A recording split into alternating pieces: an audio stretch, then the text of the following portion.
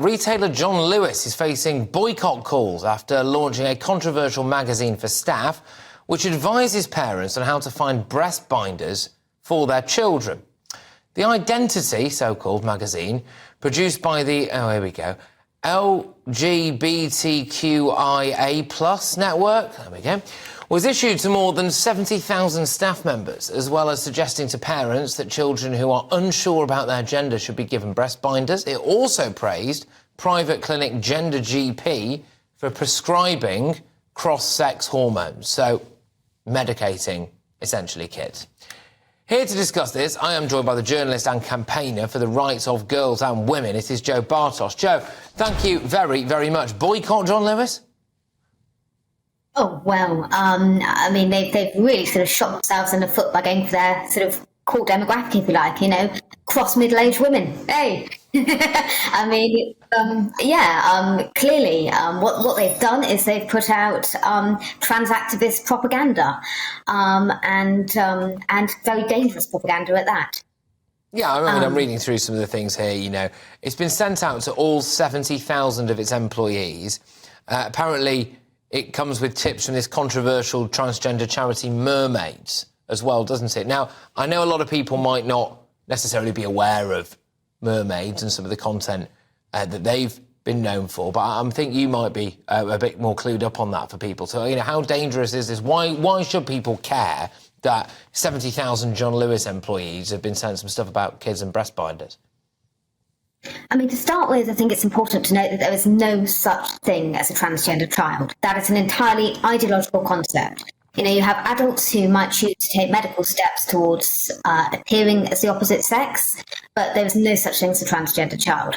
Now, Mermaids is currently under investigation by the Charity Commission because they were found to have made a number of safeguarding failings, including sending breast binders, that's like devices to flatten girls' growing breasts, behind parents' backs. They were sending them to children. And that was a report that the Telegraph discovered a while ago now. There have been other safeguarding failures regarding their trustees who have spoken at conferences attended by sort of pro-virtuous paedophile groups. One of their trustees was found to have spoken at a conference. He then resigned, but still.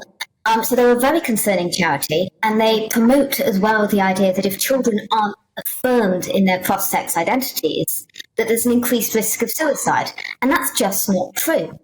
And we also know that the side effects from cross-sex hormones, and particularly from puberty blockers, which there have been some numerous court cases around, are potentially very dangerous. Just going to read a little statement from Mermaids. It says, Mermaids has provided important support, information and signposting to trans children, young people and families for almost 30 years, support which we know has a positive impact on emotional and mental well-being. In December 2022, the Charity Commission announced that it would be opening a statutory inquiry into the charity, noting at the time that opening an inquiry is not a finding of wrongdoing. They said that they've cooperated fully with it. There's a wider question here as well, I think, isn't there, which is about the way that the corporate world just gets sucked into this nonsense. I refuse to believe that there was a huge amount of clamour from John Lewis's 70,000 staff that they needed one day to present it with a booklet that advised them about the idea that their child might feel as though they've been born into the wrong body and that we need to bind their breasts. Yeah, absolutely. I mean, it's just absolutely staggering to me that despite multiple court cases, despite clinicians saying, you know, puberty blockers are a bad idea, despite a sort of massive sea change in opinion, you've still got some idiot in an HR department who's been on a training course who thinks they know better. I mean, it's not just it's not a culture wars issue. It's a safeguarding scandal. What's going on, and the fact that that these sort of self-appointed idiots get some training and then think they're the experts is terrifying.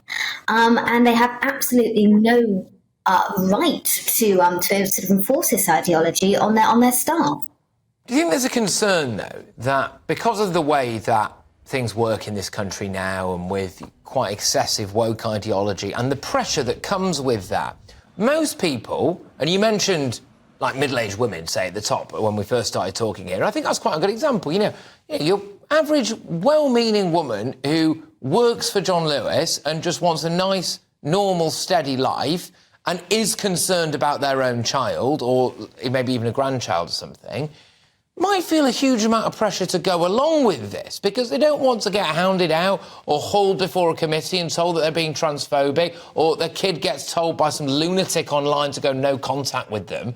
It just puts all of this pressure on people. I just wonder what your views are on that.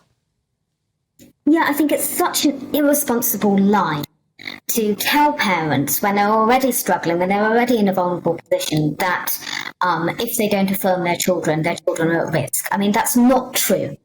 What's actually the best method is watchful waiting. So you just support the child, you let it wear what it wants, but you don't affirm. And that's what the leading paediatrician in the UK, Dr. Hilary Cass, has advised. She's been very clear that, in fact, supporting a child to socially transition, is not a neutral act.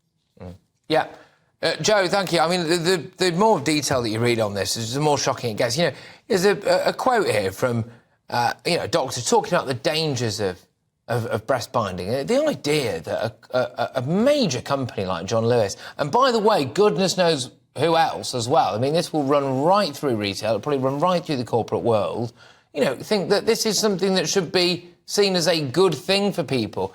Yeah, it's absolutely ludicrous, really. But, Joe, thank you very much. That is, of course, journalist Joe Bartosch there. Look, John Lewis, obviously, are not here to defend themselves. However, a JLP spokesman said, "We want the partnership to be a place where people can work or shop with confidence irrespective of their backgrounds. Multiple studies, including those from the government, show that trans people are at higher risk of hate crimes and discrimination. And this magazine was created by our network to champion understanding and support." Well, read into that what you will.